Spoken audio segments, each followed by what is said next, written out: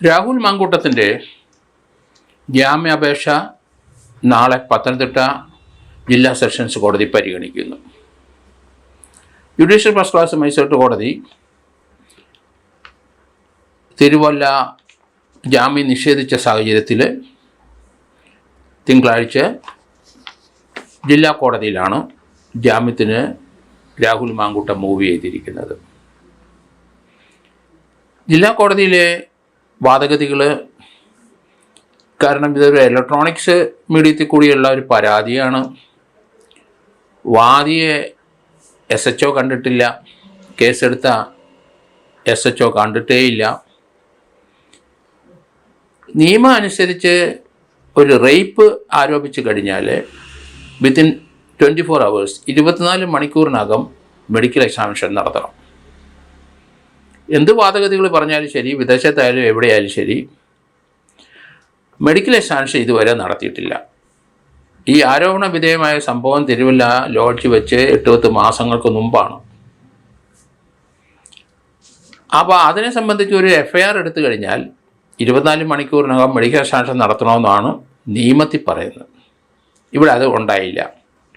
Case 11-ാം തീയതി എടുത്തിട്ട് ഇതുവരെ ആ മെഡിക്കൽ എക്സാമിനേഷൻ നടന്നിട്ടുമില്ല. മെഡിക്കൽ എക്സാമിനേഷൻ നടക്കാതെ റേപ്പ് കൊണ്ട് 376 നടന്നു എന്ന് ഒരു മൊഴിയുടെ അടിസ്ഥാനത്തിൽ മാത്രം ജാമ്യം നിഷേധിച്ചത് ശരിയായില്ല എന്ന് തന്നെയാണ് ഞാൻ കരുതുന്നത്. കോടതിയുടെ മുമ്പിൽ തീർച്ചയായിട്ടും FIR വേണം, അവരുടെ മൊഴി വേണം, സൈൻഡ് മൊഴി വേണം, മെഡിക്കൽ എക്സാമിനേഷൻ റിപ്പോർട്ട് വേണം. അങ്ങനെയൊക്കെ ഉണ്ടെങ്കിൽ മാത്രമേ ആ അറസ്റ്റ് ചെയ്ത പ്രതിയുടെ കാര്യങ്ങൾ നിശ്ചയിക്കാൻ ഒക്കുള്ളൂ. അതില്ലാതെ കോടതിക്ക് ഒരു തീരുമാനം എടുക്കാൻ കഴിയില്ല. വളരെ വൈറ്റലാണ് മെഡിക്കൽ എക്സാമിനേഷൻ. ആസ് പെർ 184(1) പ്രകാരം BNSS പ്രകാരം മെഡിക്കൽ എക്സാമിനേഷൻ 24 മണിക്കൂറിനകം നടക്കണം. വിദേശത്തായാലും ശരി, അമേരിക്കയിലായാലും ശരി, എവിടെയായാലും ശരി, അവരെ മെഡിക്കൽ എക്സാമിനേഷൻ, അത് ഓൺലൈനിൽ ആ മെഡിക്കൽ എക്സാമിനേഷൻ നടക്കാൻ പറ്റില്ല. അത് എതിർക്കപ്പെടും, അത് അംഗീകരിക്കത്തില്ല. അവരെ എത്രയും പെട്ടെന്ന് കേരളത്തിൽ കൊണ്ടുവന്നിട്ട് അന്വേഷണ ഉദ്യോഗസ്ഥൻ ഒരു ഗൈനക്കോളജിയിലെ, മെഡിക്കൽ കോളേജിലെ ഗൈനക്കോളജിയിലെ ഡിപ്പാർട്ട്മെൻറ്റ് മുഖേന ഒരു പരിശോധന നടത്തി അവർ മാരീഡാണോ, മാരീഡായ ഒരു ലേഡിയാണോ, അത് തീർച്ചയായിട്ടും പരിശോധിക്കേണ്ടിയിരിക്കുന്നു. അവരെ അവിവാഹിതയായ ഒരു ലേഡിയാണോ, അത് പരിശോധിക്കണം. ഹൈമൻ്റെ കാര്യങ്ങൾ ഗൈനക്കോളജി പരിശോധിക്കണം.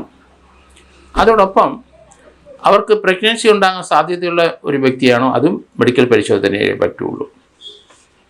ഇവിടെ ഗർഭമുണ്ടായി എന്നൊക്കെ ഒരു ആരോപണം വരുന്നുണ്ടെങ്കിൽ അവർക്ക് പ്രഗ്നൻസി ക്യാരി ചെയ്യാനായിട്ട് കപ്പാസിറ്റി ഉള്ള ലേഡിയാണോ എന്നും അറിയണം. അപ്പോൾ ധാരാളം പരിശോധനകൾ വേണ്ടി വരും. ആ പരിശോധന കഴിഞ്ഞ ശേഷം മാത്രമേ പ്രതിയെ അറസ്റ്റ് ചെയ്യാൻ പാടുള്ളായിരുന്നു. ഇങ്ങനെ ടെക്നിക്കലായിട്ടും നിയമപരമായിട്ടും പല പ്രശ്നങ്ങൾ ഇതിനകത്തുണ്ട്. ചാടിക്കേറി അറസ്റ്റ് ഇല്ലായിരുന്നാണ് ഞാൻ പറയുന്നത്. അതുകൊണ്ട് അങ്ങനെ ചാടിക്കേറി അറസ്റ്റ് ചെയ്താൽ പ്രതിക്ക് ന്യായമായിട്ട് അപ്പോൾ തന്നെ കോടതി ജാമ്യം കൊടുക്കണം. കോടതി കസ്റ്റഡി കൊടുത്തതും ശരിയായില്ല എന്ന് എനിക്ക് തോന്നുന്നു. കാരണം മെഡിക്കൽ എക്സാമിനേഷൻ നടക്കാത്ത ഒരു സംഭവത്തിന്, റേപ്പ് ആരോപിച്ചിരിക്കുന്ന സംഭവത്തിന്, ഇല്ലീഗൽ പ്രഗ്നൻസി ഉണ്ടായ സംഭവത്തിന് ആ ലേഡിയെ അന്വേഷണ ഉദ്യോഗസ്ഥൻ കാണാതെ എങ്ങനെയാണ് അവർ ഒരു പ്രതിയെ അറസ്റ്റ് ചെയ്യുന്നത്? എന്തിനാണ് ഇത്ര തിടുക്കപ്പെട്ട് ആ പ്രതിയെ അറസ്റ്റ് ചെയ്യേണ്ട കാരണം? അങ്ങനൊരു സാഹചര്യം ഇവിടെ ഇല്ലല്ലോ. ആരെ ആയാലും ശരി, ഏത് പാർട്ടിക്കാരനായാലും ആരായാലും ശരി, ഒരാരോപണ വിധേയമായ ഒരാളെ അതിന് മെഡിക്കൽ എക്സാമിനേഷൻ ഇല്ലാതെ ആ ലേഡിയെ പരാതിക്കാരി SHO കാണാത്ത അങ്ങനെയുള്ളൊരു കേസിന് ധൃതി പിടിച്ച് ഒരിക്കലും ഇതുപോലൊരു അറസ്റ്റ് ചെയ്യാൻ പാടില്ല. അത് മനസ്സിലാക്കി കോടതി കൃത്യമായിട്ട് ജാമ്യം കൊടുക്കുന്നതായിരുന്നു ഉചിതം. അത് ലോവർ കോടതി കൊടുത്തില്ല. തിങ്കളാഴ്ച ഏതായാലും നാളെ ജില്ലാ കോടതിയിൽ ജാമ്യത്തിന് മൂവ് ചെയ്യും. 100% ജാമ്യം ലഭിക്കാനുള്ള സാധ്യതയാണ് ഞാൻ കാണുന്നത്. കാരണം നിയമം അനുസരിച്ചുള്ള കാര്യങ്ങളൊന്നും ആ അന്വേഷണ ഉദ്യോഗസ്ഥൻ നോക്കിയിട്ടില്ല. പിഴവുകളുണ്ടായി ധാരാളം. അവിടെ നിയമവിരുദ്ധമായ പല കാര്യങ്ങളും നടന്നിരിക്കുന്നു. അത് തന്നെയല്ല, ഒരു ഫെനി എന്നൊരാളുടെ രാഹുൽ മാങ്കൂട്ടത്തിൻ്റെ സുഹൃത്ത് അദ്ദേഹത്തിൻ്റെ ഒരു ഓറലായിട്ടുള്ള ചില ഈ അലിച്ചുറ്റ് പെൺകുട്ടി അയാളെ വിളിച്ചു എന്ന് പറയുന്ന ചില വിവരങ്ങൾ പുറത്തേക്ക് വിട്ടിരിക്കുന്നു. അത് തീർച്ചയായിട്ടും അന്വേഷണ ഉദ്യോഗസ്ഥൻ പരിശോധിക്കണം, കോടതി പരിശോധിക്കണം. കാരണം അങ്ങനെ ഒരു ആരോപണം പറഞ്ഞതാണോ, അതിനകത്ത് എന്തെങ്കിലും സത്യമുണ്ടോ? സത്യമുണ്ടെങ്കിൽ അതിന് വലിയൊരു ഇമ്പോർട്ടൻ്റായ ചില കാര്യങ്ങളുണ്ട് അതിൻ്റെ അകത്ത്. അതിൻ്റെ കാരണം സാധാരണഗതി ഒരു പ്രതി ഇതുപോലെ കുറ്റകൃത്യം ചെയ്ത ഒരു പ്രതിയുടെ അടുത്ത് ഒരിക്കലും ആ വാദി വിളിക്കുകയോ കാണുകയോ പോകാറുമില്ല. ഇവിടെ ഈ രാഹുൽ മാങ്കൂട്ടത്തിൻ്റെ അടുത്ത് അയാളുടെ പേരിൽ വളരെ ഗുരുതരമായ ആരോപണം ഉന്നയിച്ച ലേഡി അയാളെ കാണാൻ ശ്രമിക്കുന്നു, വീണ്ടും കാണാൻ ശ്രമിക്കുന്നു. അത് വളരെ ദുരൂഹതയാണ്. അത് എന്തിനാണ്? എന്ത് കാര്യത്തിലായാലും ശരി, പ്രതിസ്ഥാനത്ത് നിൽക്കുന്ന ആളാണ്, റേപ്പ് ചെയ്ത ആളാണ്. ആ പെൺകുട്ടി പിന്നെ എന്തിനാണ് അയാളെ കാണാൻ ശ്രമിക്കുന്നത്? അത് ശ്രമിച്ചിട്ടുണ്ടെങ്കിൽ അത് ഡിസോണസ്റ്റ് ഇൻറ്റൻഷൻ തന്നെ അതിൻ്റെ അകത്തുണ്ട്. അതിനകത്ത് വലിയ കാര്യങ്ങളുണ്ട്. ആ കാണുന്നതിന് ഒത്തിരി അർത്ഥതലമാനങ്ങളുണ്ട് എന്നാണ് ഞാൻ കരുതുന്നത്.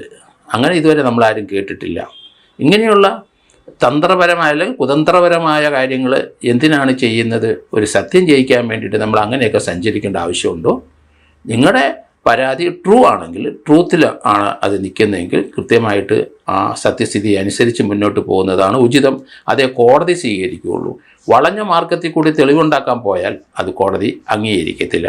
അത് അന്വേഷണ ഉദ്യോഗസ്ഥൻ്റെ ഭാഗത്തായാലും ശരി, വാദിയുടെ ഭാഗത്തായാലും ശരി, പ്രതിയുടെ ഭാഗത്തായാലും ശരി, കോടതി അംഗീകരിക്കത്തില്ല. അതുകൊണ്ട് അദ്ദേഹത്തിന് ജാമ്യം കൊടുത്തിട്ട് ആ ലേഡി വരാനായിട്ടുള്ള സൗകര്യം ചെയ്ത് കൊടുക്കണം. അവർ വരട്ടെ. ഡിലേ ആയാലും അവർക്ക് ചിലപ്പോൾ അവിടുന്ന് ജോലി സംബന്ധമായോ വിസ സംബന്ധമായൊക്കെ വരാൻ ചിലപ്പം ബുദ്ധിമുട്ടുണ്ടാവും. പക്ഷേ ഇദ്ദേഹത്തിന് ജാമ്യത്തിന് ഇനി പ്രോസിക്യൂഷൻ എതിർക്കരുത്. കാരണം അദ്ദേഹം ജാമ്യത്തിന് പോട്ടെ, അതിനുശേഷം അവർ വരട്ടെ. വന്നിട്ട് എവിഡൻസ് അവർ തീർച്ചയായിട്ടും അവരുടെ പ്രഗ്നൻസിയുടെ കാര്യം, റേപ്പിൻ്റെ കാര്യത്തിലൊക്കെ മെഡിക്കൽ എവിഡൻസ് വേണം. അത് തീർച്ചയായിട്ടും ഗൈനക്കോളജി എക്സ്പെർട്ടിനെ കൊണ്ട് പരിശോധിപ്പിക്കണം. അത് കൃത്യമായിട്ട് ആ കാര്യങ്ങൾ പരിശോധിച്ച് അതിനകത്ത് എവിഡൻസ് ഉണ്ടെങ്കിൽ പോലീസ് മുന്നോട്ട് പോകണം.